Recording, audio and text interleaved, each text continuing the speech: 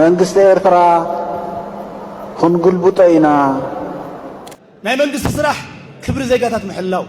ዕድል ተረኺቡ ተባሂሉ ንአዲስ አበባን ንመቐለን ዘይተጓየየ ኣይረኣናን ህዝብን ውድብን ሰራዊትን ሓደ ክሳዕ ዝኾና ማንም ኣይስዕረና ስሳ መዓልቲ ይከቡ ተስዓ መዓልቲ ይከቡ ፍረ የብሉን ኣብ ሰንዓፈ ይዕሎም ኣለዎ ወተሃደራት ናይ ደብረጽዮን ማለት ቅዋማ ተግቢርካ ሓጋጊ ፈራዲ ፈጻማ ኣካል ዘለዎ ኔለኩም ንአብ ኣሕመድ ተደመረናል አንድ ኮነናል صباح እዚኦም ሰባት እዚኦም ዓቕምን ተረኺቦም ክመርሑኹም ዳኸት ገብረኹም ዋጋ ከፍሉን እዮም ዘለው ንዓይ እንታይ ድስምዐኒ ኩሉ መዓልቲ መሲልክ ንዓይ ካብ ገዛይ ድሰብ ወገን ስርዓታን ተሰውይጋስ ኣይነብር ብናይ አሜሪካ ሳምቦ ዘተንፍሱ ዘለው እቲ ክሳብ ሕጂ ኢሳያስ ኣብ ስልጣን ምህላው ኣብ ግምት ከተእትዎ ዘለካ ንምዕራባውያን ስግኣት ስለ ዘይኮነ ጥራሕ obviously ማለት እዩ ኩሎም እዮም ተቐቢሎም መጥፊኦም ደቅ action speaks louder ሓደጋ እዮም ሶም ባዕሎም ነዛዓዲ ትዝገበርዎ ትሕጂውን ዝገብርዎ ዘለው ንስኻትኩም ከመይ ኢኹም ኣብዚ ናይ መሓር ዮሃንስ ዓይነት ዘረባ ንሕና ናይ ማንም ደገፍቲ ኣይኮናን ውላይ ብሓሲ ርስዓዶ ንቃልሲ ህዝቢ ትግራይ ንሕወሓት ጥራሕ ዝህቦ ሰብ የለን ሕጂ ኣነ ይህብን ተዋሓደ ትርኢቶ ዓለምስ ኣገናዚቡ ክፈልጦ ዝኽእል ሰብሲ ይምርሐና ሰላም ጥዕና ሃበለይ ክቡራትን ፍትዋትን ተኸታተልቲ ሽደን ሪአክት ስዋን ከመይ ኣለኹም እግዚአብሔር መስገን ኣነ ብወገነይ እግዚአብሔር መስገን ሰላም ኣለኹ ንስኻትኩምን ከምዚ ኸማይ ሰላም ከም ትኾኑ ሞራል ሓጎስ ደስታ ባህታ ኩሎም ነገራት ኣብ ልብኹም ከም ዝህልው በዓል ሙሉእ ተስፋዬ እንተዘይኮይኑ እውን ኣይትሕዘኑ ጽባሕ ካሊ መዓልቲ ትሞሮ ኢዝ ኣናዘር ደይ ፍሉጥ እዩ ማለት እዩ ብሓደ መዓልቲ ዝኸውን ነገር የለን ቀስ እናበልካ ግን ዝግበር ነገር እዩ ሮም ዊዝናት ቢልቲን የደይ ይብሉቶም ጸዓዱ ሮማ ብሓንቲ መዓልቲ ተሃነጸትን ዝኹለይ ፕሮሰስ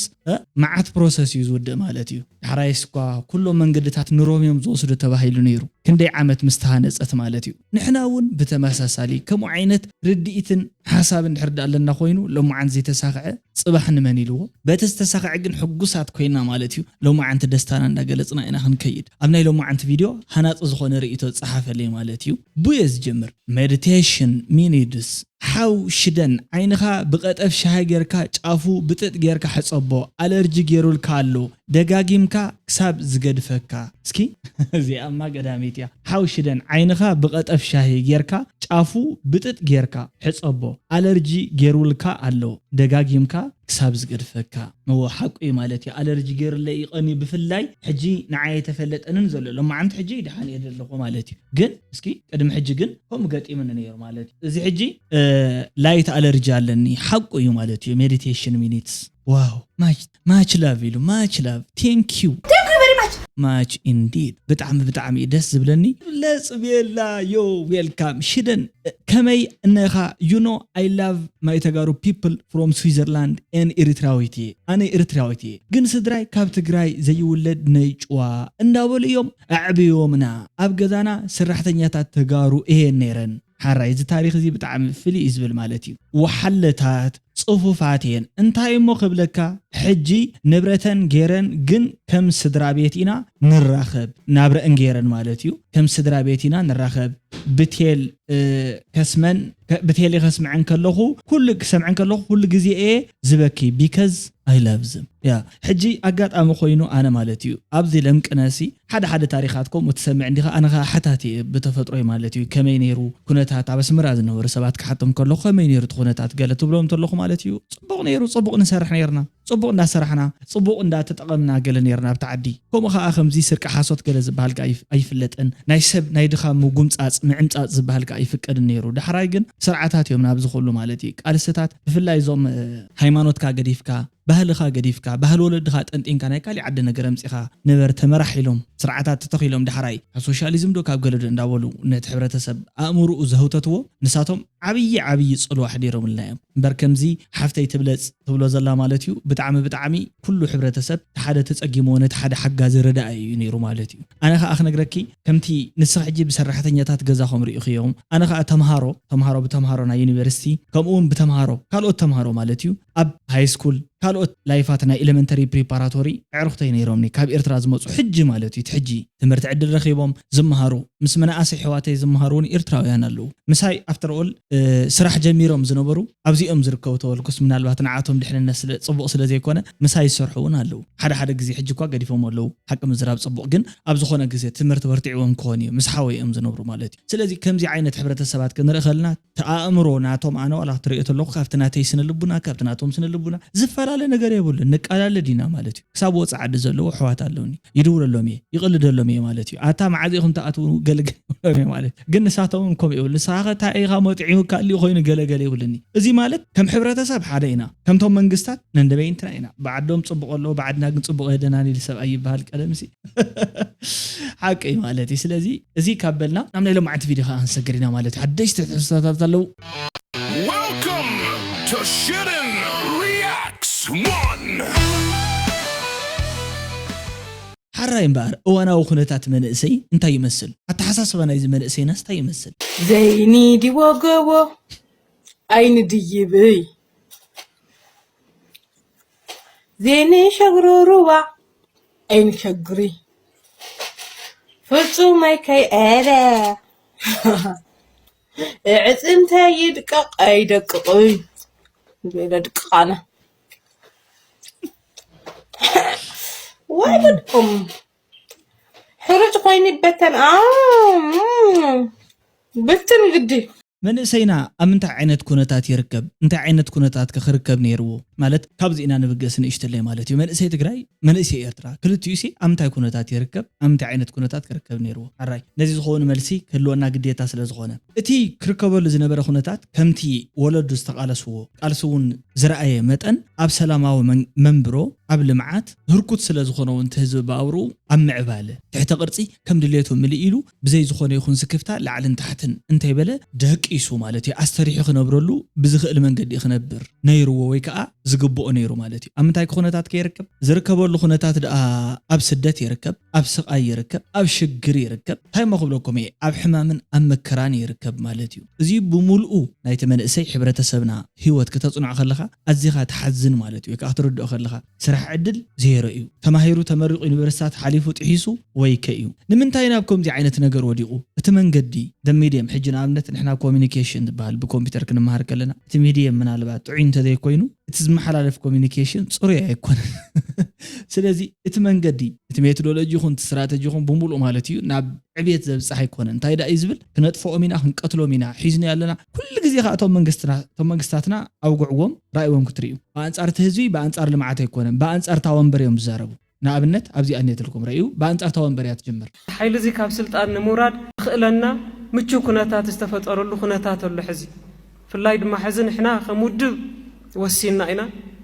ከም ህዝቢ እውን ወሲኑ እዩ ሕዚ እውን ሰራዊትና ነቲ ናይ ውድብና ይኹን ናይ ህዝብና ዝመሳሰል ውሳነ ወሲኑ ኣሎ ህዝብን ውድብን ሰራዊትን ሓደ ክሳዕ ዝኾንና ማንም ኣይስዕረና ኩሎም ድሌታትና ክነማልኦም ኢና ናይ ሓፂር ግዜ ነቲ ሕዝኒ ሓይሊ ግዝያዊ ምምሕዳር ንዑ ግሊስካ ግዝያዊ ምምሕዳር ምምዕራይ ጥራሕ ዘይኮነ ካብኡ ንላዕሊ ባህግታትና እውን ተግባራዊ ንምግባር ንኽእለሉ ኩነታት ይፍጠር ስለ ዘሎ ከም ዝርድእኒ ዘሎ ማለት እዩ ካብኡን ላዕሊ እውን ካልኦት ኣለው ንዕማማት እያ ትብል ዘላ ሕጂ ኣነ ከም ናቲ ሓሳብ ውልቃዊ ሓሳብ እዩ እዚ ኩሉ ህዝብና ተስማዕሚዑ ኣሎ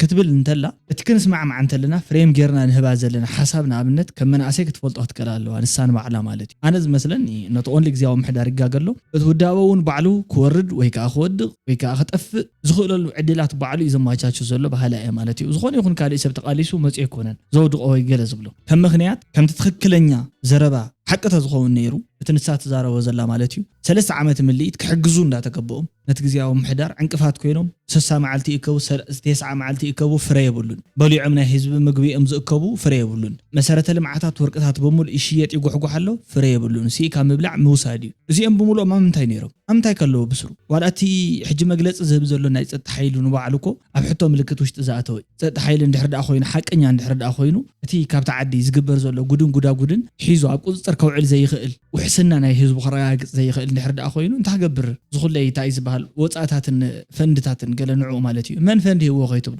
ብሓይሊ ህዝቢ ዝንቀሳቐስ ዘሎ ካልኣይ ከዓ ማለት እዩ ዋላት ካብቲ ናይ ዲዲአር ዘሎ መዓት ገንዘብ እውን ክባታትን ከሎ ንዕኡ እኮ እግሪ መትከል ተባሂሉ ዝወሃቦ ዘሎ ምክንያት ክቃለስ ተመሊሱ ክዋጋ ኣይኮነን እግሩ ክተክል ማለት እዩ እቲ መንእሰይ ናብ ስራሕ ክዋፈር ክዓይ ክምሃር ናብ ሕክምና እንተ ነይሩ ናብ ሕክምና ከኣቱ ማለት እዩ ብናይ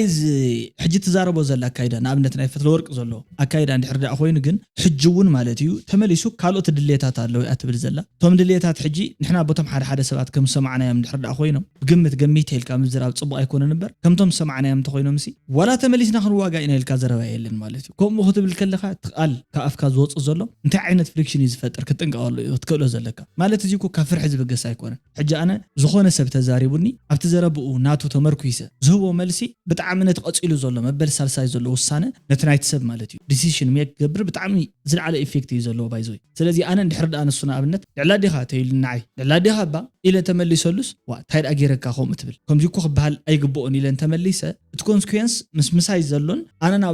ኣብ ልዕሊኡ ዘብፅሑን ንሱ ሰብ ልዕለይ ዘብፅሑን ነገር እንዳቐነሰ ዝኸይድ መስለኒ ስለዚ ኣፍና ሕጂ እውን ሰላም እንዳበልካ በቲ ፊርማታት ውዕላት ገለገለታት እንድሕር ደኣ ተፈራርመለካ ኮይንካ ማለት እዩ ንዓኣቶም ነቲ ፒስ ኪፒንግ ማለት እዩ ንዕኡሲ ብውሕሉል ኣገባብ እቲ ቃላት ኣተሓዛ ንባዕሉ ተመራረፀ ቃላት እቲ ዓብዱታት ኮንቴክስቹዋል ሚኒንግ ናይቶም ቃላት ንባዕሉ እናተረዳእካ እዩ ሓሲብካ ክትዛረብ ዘለካ እንዳበልካ ክትዛረብ ዘለካ ደስ ስለ ዝብለካ ሞ ይኺድ እንዶ ገለ እንዳበልካ ኣይኮነን ሒዝና ኣለና ክንግልብጢና ገለገለ እያ ትብል ሜይቢ ሕጋዊ መንገዲ መስርሕ ተኸቲልካ ሓተት ዝግባእካ ተዘይኮይኑ ግን ተመሊስካ ሕጂ እውን ሓፂብካ ጭቃ እዩ ተመሊስካ ናብ ዘስየም ኩነታት ኢኻ ተኣቱ ካልኣይ ህዝቢ ክነስማዕ ሚዒልካ ክልተ ህዝቢ ሓደ ህዝቢ ኣብ ክልተ ክትብትን የብልካን ብጣዕሚ ኣብ ህዝቢ ጥንቃቐ ወሳኒ እዩ ማለት እዩ መንእሰይ ሓዊ እዩ ሓዊ ክበሃል ዘለዋ ተሓዛ ማለት እዩ ወይ የብስል ምግቢ ወይ ይሕርር ሓደ ነገር እዩ ዝገብር ስለዚ ከይንሓርር እንድሕር ደኣ ኮይና ከይሓርር ከብስል እንድሕር ደኣ ኮይኑ ብኣግብኡ ብጣዛ ኣተሓዙኡ ናይ ተሓዊ ትክክለኛ ክኾን ክኽእል ኣለዎ ታይሚንግ ዝበሃል ኣሎ ስኢልካ ደስ ዝበለካ መፂኻ መንግስቲ ተፈንቅሉ መንግስቲ ተውርዶ ከምዚ ጌርና ኢና እንደሌካ ኢና ገለገለ ኣይንደሌካ ከም ትበሃል ዘለኹ እምበር ንሕና ዝፈልጦ ናታትኩም ይኹን ናቱ ዕላማ እኳ ይንፈልጥ ያ ፍራንክ እኳ ግልፅ እኳ ማለት እዩ ኩሉ መንእሰይ ክዛረባ ዝኽእል ወይ ገለገሊኡ እታ ሚድያ ከምታ ናተይ ማይክሮፎን ልዕለይ ወረ ክዛረባ ነይሩ ፀጋይ ወዲ ሰንዓፈ መራር ሓቂ ይዛረበለ እስኪ መቃቂሎም ኣለዉ ተጋሩ ናይ ደብረፅዮን ኣብ ሰንዓፈ ይዕሎም ኣለዎ ወታሃደራት ናይ ደብረፅዮን ማለት እዩ ስለምንታይ ፖለቲካ እዩ ወዲ ዓበይቲ ፖለቲካ እዩ ገለ ክትርኢ ኢኻ ፅናሕ ጥረ ገታቸው ጠሊምዎ ናብ ወዲ በባቃ ድዩ ናብ ወዲ በሻ ዝበሃል ናብኡ ገዲፍዎም ከይዱ መንግስቲ ኤርትራ ክንግልብጦ ኢና ንህዝቢ ኤርትራ ክነንብርኩ ኮይና ምስ ተባሃለ ተዓጠቕ ተሰለፍ ተባሂሉ ካበይ ዓዱ ኣብ መቐራቕሮ ተሸኩሉ ዝነበረ ከይተረፈ ዕድል ተረኺቡ ተባሂሉ ንኣዲስ ኣበባን ንመቐለን ዘይተጓየየ ኣይረኣናን ካብኡ ያይ ሰረገላ ተሰቂሉ ኣስመራኣቲ መንግስቲ ክተክል ማለት ወያነ ምስ ኣለየት ብህይወት ዘየለዉ ብፆትና ኣብ ዕላማ ኢና ንረኽቦም ኣብ ዓወት ኢና ንረኽቦም ኣብ ሰናይ መነባብሮን ምሕደራን ቅዋማዊት ኤርትራን ኢና ንረኽቦም ኣብ ካልእ መራኸቢ የብልናን ሕድሪ ይገብር ኣለኹ ዝብል ሰብ ከም ሻዕብያ ኣብ መቓብር ዕምባባ ምቕማጥ ኣይኮነን ንመቓብር ሽሚንቶ ምልባጥ ኣይኮነን ምዉታት ምብዛሕ ኣይኮነን ስዋኣት ምብዛሕ ኣይኮነን እሱ ናይ ስድራ ቤት ስራሕ ናይ ፈተውቲ ስራሕ ናይ ዕሩኽ ስራሕ እዩ ናይ መንግስቲ ስራሕ ክብሪ ዜጋታት ምሕላው ሰላም ዜጋታት ምሕላው ቅዋማ ተግቢርካ ሓጋጊ ፈራዲ ፈፃማ ኣካል ዘለዎ ምሕደራ ምህናፅ እዩ እዞም ኩላና ዝገበርናዮ ማሕላ ከዓ ንሱ እዩ ስለዚ ትክክል እዩ ማለት እዩ ስዋኣት ናይ ምብዛሕ ከይዲ ኣይኮነን ፈታዊ ደጋፊ ሰዓባይ ክገብሮ ዝግበር ነገር እዩ ናይ መንግስቲ ስራሕ እንታይ እዩ አንኢምፕሎይመንት ሬት ምቕናስ እዩ ናይ መንግስቲ ስራሕ እንታይ እዩ ኳሊቲ ኦፍ ሄልዝ ምጥንኻር እዩ ናይ መንግስቲ ስራሕ እንታይ እዩ ኳሊቲ ኤጁኬሽን ምቕራብ እዩ መሰረተ ልምዓት ምዝርጋሕ እዩ ናይ መንግስቲ እንታይ እዩ ሓደሽቲ ዝኾኑ ዳይናሚክ ፖሊሲታት ምሕንፃፅ እዩ ናይ መንግስቲ ስራሕ እንታይ እዩ ብዛዕባ ምስ ካልኦት ዘለካ ኣነባብራ ማለት እዩ ርክባት ወፃኢ ብዝምልከት ፖሊሲታት ሓንፂፁ ማለት እዩ ሰላማዊ ንክኾኑን ነቲ ትሰርሖ ዘለካ መሰረተ ልምዓት ዘየዕኑ መንገዲ ምፍጣርን እዩ ተቃራኒ ብዝኾነ መንገዲ ምኻድ ኣድላይ ኣይኮነ እንታይ እቲካ ማለት እዩ ኮንሱም ትገብር ክንደ ኢነርጂ ኢኻ ኮንሱም ክትገብር ሕጂ ሓራ ይበሉ እስኪ ዲጂ ሓዘካ ከድና ቀፀልና ማለት እዩ ተደመረናል አንድ ኮነናል እንዳበሉ ነለኩም ናብ አሕመድ ተደመረናል አንድ ኮነናል ምስ አብይ አሕመድ ኮይና ሃገር ንሰርናል ይብሉለው ዞም ቆፍቋፋት ስለዚህ ተዓዘቡ ናይ ትማሊ ሊስትሮ ናይ ሎሚ መንሽሮ ናይ ትማሊ ሊስትሮ ናይ ሎሚ ዕንኪላሎ ናይ ትማሊ ደራፋይ ናይ ሎሚ እንታይ ሚንኪላሎ ወይ ከዓ መንሽሮ ተቀይሩሎ ማለት ወላ ከምዛ ትፍርጅዎም ዘለኹም በውራጃ ጥራይ ትብልዎም ተለኹም ጽባሕ እዚኦም ሰባት እዚኦም ዓቕሚ ተረኺቦም ክመርሕኹም ዳኸት ገብረኹም ዋጋ ከፍሉን እዮም ዘለዉ ንዝኣመኑሉ ቃልሲ ይኸዱለው ንስኻ ጠቂዕ ናይ ስርዓት ይግደፍ ዝኸውን የብልካን ምስኦም ኣይትሰማማዕኻ ንዓኻ ዝመስል ባይታ ትሰርሕ ምስኦም ሓደ መዓልቲ ኣከይዲ ክትራኸብኻ ንዓና 100 ግዜ ንብል ኢና ስርዓት ይግደፍ ጥራይ ይፀላ ኢና ኣብ ዓለም ኣፀያፊ ወዲ ሰብ ዘይገብሮ ኣራዊት ከማሎ ምስ ለቢቡ ኣብ ዓለም ሰቀስ እንዳቃየ ገንዘብ ይእትሎ ንሕና ግን ደቂ ኣራዊት እየና ብሰልኪ መራሕቲ እዚ ሓቂ እንታይ ብሓፍሻ ነቲ መንእሰይ ወነይቲ ህዝቢ እንታይ ክብሎ ደሊ ካብዚ ኒውስ እንታይ መኽመፃካ እዩ ተሳዒርና ሳይነ ነብርን ኢና ተረዲክሎ ንዓይ እንታይ ድስምዐኒ ኩሉ መዓልቲ መሲልኪ ንዓይ ካብ ገዛይ ድሰጎ ጎኒ ስርዓታን ተሰውይጋስ ኣይነብር ከምዚ ግዜን ዓቕምን ይሓትት እምበር ኦኬ ናይ በይነ ጉዳይ ኣይኮነን ግን ስቶም ከማይ ወፅዓ ዘለዎም ኪበስ ሓደ መዓልቲ ክኣለ ይልኣምን ስለዚ እቲ ህዝቢ ሲ ተሳሒርካ ኣይትንበር ይብሉ ህዝቢ ኤርትራ ኣለና ህዝቢ ኤርትራ እንታይ ገበረ ንኹናት ትዕድም ህዝቢ ኢትዮጵያ እንታይ ገበረ ንኹናት ትዕድሙ ሕጂ ህዝቢ ትግራይ እንታይ ገበረ ንኹናት ትዕድሙ ሕጂ እዚ ዝግበር ዘሎ ዳንኬራ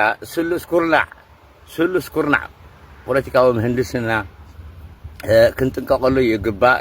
ኣዝየ ደመስግነኩም መደብ መሻ ሽጦ ሚያኸ እዚኦም ተረፍ መረፍ ዝልሕሱ ዘለዎ እዮም እዚኦም ብናይ ኣሜሪካ ሳምቦ ዘተንፍሱ ዘለዎ እዮም ኣይተዓፅሉ ዳ እምበር ከምኡ ኮይኑ ይስማዓኒ ሓራይስ ሚሳይል በጠገብሉካ ወዲካላ ስለዚ እቲ ክሳብ ሕጂ ኢሳያስ ኣብ ስልጣን ምህላው ኣብ ግምት ከተእትዎ ዘለካ ንምዕራባውያን ስግኣት ስለዘይኮነ ጥራሕ ልዕሊ ኩሉ ኣብ ቀይሕ ባሕሪ ዘሎ ፀጥታ እቲ መንግስትስ ኣብ ቀይሕ ባሕሪ እንድሕዳት ናይ ኤርትራ መንግስቲ ፈሪሱ ዳግማይ ሕቱፍ ተኸባቢ ክፍጡ يا كيانا يا حيدا لسبيع بايدو يا فليت أتني قدم جمرت عنده استزاربكو قب زبوده مني أمريكا إذا عينت سقعت لزلهم أمارات خاص لزيرخبو يوم كل جزء إسياس يوم زلوا ترتك إيكونومي كم زناي قادة في العبنات نقول لك سري حيبلن كمناي صدام كماو غازال لني بلن ورحتي نتعدي رمسات من سيد أفق obviously مالتي انتم راحتنا من تام تفاتيهم ندحر لكم مهنياتو عند خفطر ايكودن سلاذ انت زي فطر تخينهم تشجرالو او 100 عامت اليوم 300 عامت قمط يخول اليوم مسلوم يي مالتي نحنا ناي مانم دغفتا يكونن حق زحازه خمرحنا يو نبعتادو نحنا ناي مانم دغفتا يكونن كلهم حوحت دقنا خطفوهم كلو كاب غزا غورغورهم كلو يقعبوا فقادم تحت ما خدو كلو كلهم يوم تقبلوا مطفيهم دقنا مسغبات اتمرتهم هذا كتمالي أخوات تباهي غورغور كله أتقوت بالمالك مغليا أي نبرنا انقاسي من نبرنا كننا بركم كنا راخل نيرنا نحنا نايمان نبارت دقفت أي فنان حق سحاز خمر حنا أيو نمنتاي كاب كابلي جميرو اسكابة سلاسة بمسنا تتماليكم obviously مالتي حجي ابزي استوعلو كاب عد 30 جميركا حساب لعل زلو بمسنا مسنا مالت قعزينا مالتي هبلي كبكا تامزبلو سكراتش ماي باك ايول سكراتش ورس يقولوا فرنج خزاربواتلو نزا قال زي اخم امزلوا قبرلي يقبرلك بؤ زتمركوسه بخمزي عينت دليتات زتمركوسه زربان حيلن حيسكا نابي خات بصحنا مانم قنعنا كويو بعلو رتع زخونه سنه محداركو بايزوي مالتيو غسغوسان مروصن نايدليو بعلي يزاربي سراحسي يزاربي اكشن سبيكس لاودر يبلوكو بقى تسلازي انت تغبرو ነገር ይዛረብ ግበሩ እንገብረለና አይና ዋጋ ያብል ሓሶቲ ትንገብረለና አይና ሓሶቲ አበየለዩ ልዕልት ፒኤልኤፍ ካት ናይ መራርሓት ናይ ሰራዊት መራርሓ ይውን ተቃልሲ ከምቱ ዝራእኽዮ መጽኦም ምሳና ክጻረፉ ናይ ሓደ ፓርቲ ጀነራላት ኢና ኢሎም ትዲኤፍ ህዝባዊ ሓይሊ ምዃኑ ተሪፉ ናይ ሓደ ፓርቲ ዓማጽ ጉጅለ እዮም ገይሮሞ ክንዛረቡ ነይኮነን ተብለክ ዝደለኹ ከም ፕሪንሲፕል ግን ሓደ ጀነራል እንተበፂሑ ኣነ ዝምነዮ እዚ እዩ ክሓስብ ዘለዎ እዚ ከይተረድኦ ጀነራል ዝተበፅሑ ከዓ ሓደጋ ጥራሕ ይኾን ከም ትሕዝ ኮይኖ ዘሎ ማለት እዩ ስለስ ሓደጋ እዮም ሶም ባዕሎም ነዛ ዓዲ ትዝገበርዎ ትሕጂውን ዝገብርዎ ዘለዉ ብስሩ ዝገርም ነይሩ ማለት እዩ ማለት ቀደም ተዛሪብዎ ተዘረባ ኣነ ዝቆልዓ እዚ ርእሲ ከም ዘለዎ እዩ ዝርዳእኒ ነይሩ ማለት ሓንቲ ነገር እየ በቃ ካብዚ ናይ ዝቆልዓ ዘይፈትወሉ ማለት እዩ ካብዚ መሓር ዝበሃል ንሳ ከዓ ዘይፈትዋ ነገር ታ እያ ማለት እቲ ዘመናዊ ዘሎ ትውልዲ ብጣዕሚ እንድዩ ንእሽተለይ ባህሉ ልቕቕ ዝበለ ንዓበይቲ ዋላ ክሳብ ፀላእካዮም ፅላዮም ክትፃረፍ የብልካን መሰል የብልካን ናይ ምፅራፍ መሰል ዝሃበካ የለን ማለት እዩ ምክንያቱ ሰብኣዊ መሰሎም ሲል ከይጋህ ሰብኣዊ መሰል ካብኣቶም ሓደ ከዓ ሰብ ምዃኖም እዩ ሰብ ድማ ክትፀርፎ የብልካ በቃ እዚ ሓቂ እዩ ማለት እዩ እዚ ገዲፍካ ግን ትቆልዓ እዚ ዘለዎ ርድኢት ቅድመ እማመ ማለት እዩ ገሚትዎ ዘሎ እቲ ዝነበሮ ጠቕላላ ማለት እዩ ኣረዳድኣ ናይቲ ዘረባ ኣነ ቅኑዕ መሲሉ ይስማዓኒ ንስኻትኩም ከመይ ኢኹም ኣብዚ ናይ መሓር ዮሃንስ ዓይነት ዘረባ ማለት ውፊን መሓር ዮሃንስ እዮም ትክክል ዝኸዱ ዋላ ክንዲ መሓር ዮሃንስ ንእሽትለይ ምናልባት ዕሙቕ ዝበለ ርድኢት ናይቲ ዘሎ እንታይ እዩ ዝበሃል ምስቲ ትምህርቲ እውን መሰረት ስለ ዝገብር እንተዘይሃለዎ ውፊ ኣገላልፆም ግን ክሪኦም ከለኹ ማለት እዩ ቀዲሞም ንእሽትለይ ዝኸውን ኣፅኒዖም እዮም ሕጂ ሓደ መሓዛይ በቀዳማይ ኣብዚ ርድኢት የብልኩም እንገለገለ ኢልና ነርና የፖለቲካል ሳይንስ ከም ኣያ ትብል ርእይቶ ዶ ፅሒፍካ ለይ ነርካ መን ኢኻ ማለት እዩ ትክክል ክትከውን ኣለካ ምክንያቱ ኣነ ዘዝመፀ እንድሕር እንዳኣመንካ ዋጋ የብሉን እየ ዝብል ኣነ ግን ብናተይ ኣረዳድኣ ንኣብነት ሓደ ግዜ ሽፋ ተሓዲሮም ገዛና ምስጢርያ እምበሪላ ይበሃል ሰበይቲ ብደንቢ ዓርሱ ዝኽኣለ ናይ ባዕለይ ዝኾነ ርድኢት ኣለኒ እቲ ሕጂ ንሕና ዘለናዮ ፖለቲካል ቴንሽን ማለት እዩ ምናልባት ማእኸል ስሕበት ትግራይ ኮይና ትሉ ዘላ ምክንያት ትግራይ ኣይኮነትን ኣፍተር ኦል ማእኸል ስሕበት ማለት እዩ ግን ትጎረቦ ብጠቕላላ ማለት እዩ ትግራይን ኤርትራን ኮይነላ ዘሎ ምክንያት ናይቲ ጉዳይ ናይቲ ባሕሪ ካብ ደገ እውን ዝመፅእ ፅዑ እንተሎ ካብ ውሽጢ ዝመፅእ እውን እንታይ እዩ ዝበሃል ኣሎ ዝወፅእ ማለት እዩ ደፋኢታ እዩ ዝበሃል እውን ኣሎ ስለዚ ኣቶም ክልቲኦም ምጥዓዓም ንኸይፍጠር ምክንያቱ እንድሕር ዳ ተጣዓዒሞም ቴርሞይል ኤርያ ተዘይኮይኑ ማለት እዩ ሰላማዊ ዝኾነ ኤግዚስታንስ ዘለዎ ቦታ ተኮይኑ ምናልባት ህላወ እቲ ባሕሪ ወይ ከዓ ኤግዚስታንስ ናይቲ ባሕሪ ምስ ፀጥቱን ሰላሙን ተታሓሒዙ ዝመፁ ሓደጋ ንብዙሓት ንካልኦት ሰባት ኣስጋ እዩ ልዕሊት ንሕና ንሰግኦ ማለት እዩ ሕጂ ኣነ ንኣብነት ካብቲ ባሕሪ ዓሳ በሊዕ ኣይፈልጥን ካብ ዝገርመኩም ዓሳ እየ ክበልዕ ዝደሊ ካሊእ ነገር ኣይደልን እየ ባሕሪ ናይ ባዕል ዋኑ እንድሕር ኮይኑ ዓለም ዝወሰኑ ሕጊ ኣለዎ ናይ ዓለም ሕጊ ሽዑ ይብፅሕና እንተኮይኑ ክብፅሕና ዘይብፅሕና እንተኮይኑ ኣይብፅሕናን በቃ ዛሲድ በቃ ሞርዛን እንታይ ዝበሃል ቶክ ምግባር ኣየድልን ብፍላይ ካብ ዘይበፅሕካ ነገር ጉልበትካ ወዲ ጓልካስያ መወዲ ክዳንካ ዝብሉ ወለድና ነዚ እቲ ዕብይ ቢልካ ናበደይ እዩ ዝብለካ ከምኡ ማለት እዩ ግን በቃ ተረዳድኣ ዘሎ ጠቕላላ ኣረዳድኡ ክሪኦ ተለኹ ግን ሓደ ግዜ ትኩዕሶ ሰብ ኢድና ድዩ ዘሎ ገለ ይብል ማለት ንፀወታ ዘለና ኣብቲ ሜዳና ድያስ ወይሳ ነጢራ ኣይመስለኒ እሺ ማለት ድማንም ግለሰብ ተኾነት እያንዳንዱ ድማንም ኣብ ውሽጢ ትርግታ ልብኻ ውላድ ማለት ኮይ ውላድካ ይርስዕ ዶ ውላድካ ይርስዕ ዶ ህወሓት ማለት ናግለሰብ ኣምስልካ ምዕሳብ ለለ እዩ በቃ ደብረጽዮን ዝመርሖ ህወሓት ይጥፋ እሞ ጌታቸው ዝመርሖ ህወሓት ይምፃእ ጌታቸው ዝመርሖ ህወሓት ይጥፋ እሞ ደብረጽዮን ዝመርሖ ህወሓት ይምፃእ ይበልና ናይ መሪሕነት ለውጢ የድልይና ንብል ዘለና ናይ መሪሕነት ለውጢ ክመፅእ ተኮይኑ ዝነበረ ፅንዓታዊ ፅሑፍ ምርኣይ ቀሊል እዩ ሓራይ ሕጂ ኣብዞም ክልተ ዘለዎ ሓሳባት እዮም ማለት ኣመዓራሪኻ ምኻድ ጽቡቕ እዩ ከምዚ ባላንስ ጌርካ ምኻድ ጽቡቕ እዩ ግን ህወሓት ማለት ውላድካ እያ ህወሓት ማለት ንስኻ ኢኻ እንተይልካየን ሓደ ሰብ ህወሓት ተጋግያ ማለት ዓርሰ ነቐፌታ ግበር ማለት ሓራይ ወይ ከዓ ህወሓት ማለት እቲ ተሰውአ ውላድካ እንተይልካዮ ተጋግያ ኣላ እሞ ገምግማ ማለት ነቲ ዝተሰውአ ውላድካ ስሑት እዩ ነይሩ ኢልካ ምዝራብ ማለት ሓደገኛ ኣካይዳ ማለት ኣነ ከምኡ የብልኒ በቃ እዚኣ ማለት ፓርቲያ እቲ ቃልሲ ማለት ካሊእ እቲ ቃልሲ መስመር ኣለዎ ዓርሱ ዝኸኣለ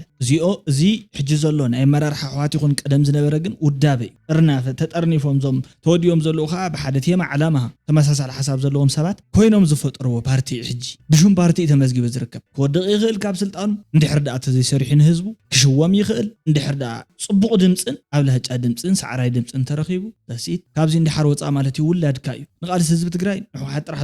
ዝህቦ ሰብ የለን ሕጂ ኣነ ይህብን ከምኡ ዝበሃለ ተሓሳስባ እዚ ማለት ሓደገኛ እማሚ እዩ ማለት እዩ ኢንስቲትዩሽናት ከይተሃንፅ ንባዕሉ ዋና መዕነዊ ስራሕ እዚ ናተይ ርድኢት በዚ ይስግምገም ኣነ ሕጂ ኩለን ፓርትታት ኣለዋ ይሕመቓ ይፀብቓ ይዕበያ ይንኣሳ ሓሳበን ድኹም እንተኮይኑ ኣብኡ ኣለዎን ሜዳ ኣለዎን መምረፂ ሰዓትካ ኣለዎን ሲኢልን ኣይዛረባኒን ስርሐን ግን እንታይ እዩ ብዛዕባ ሓንቲ ዓዲ ምሕሳብ እዩ ተዓዲ ንሳ ዘይሓስብ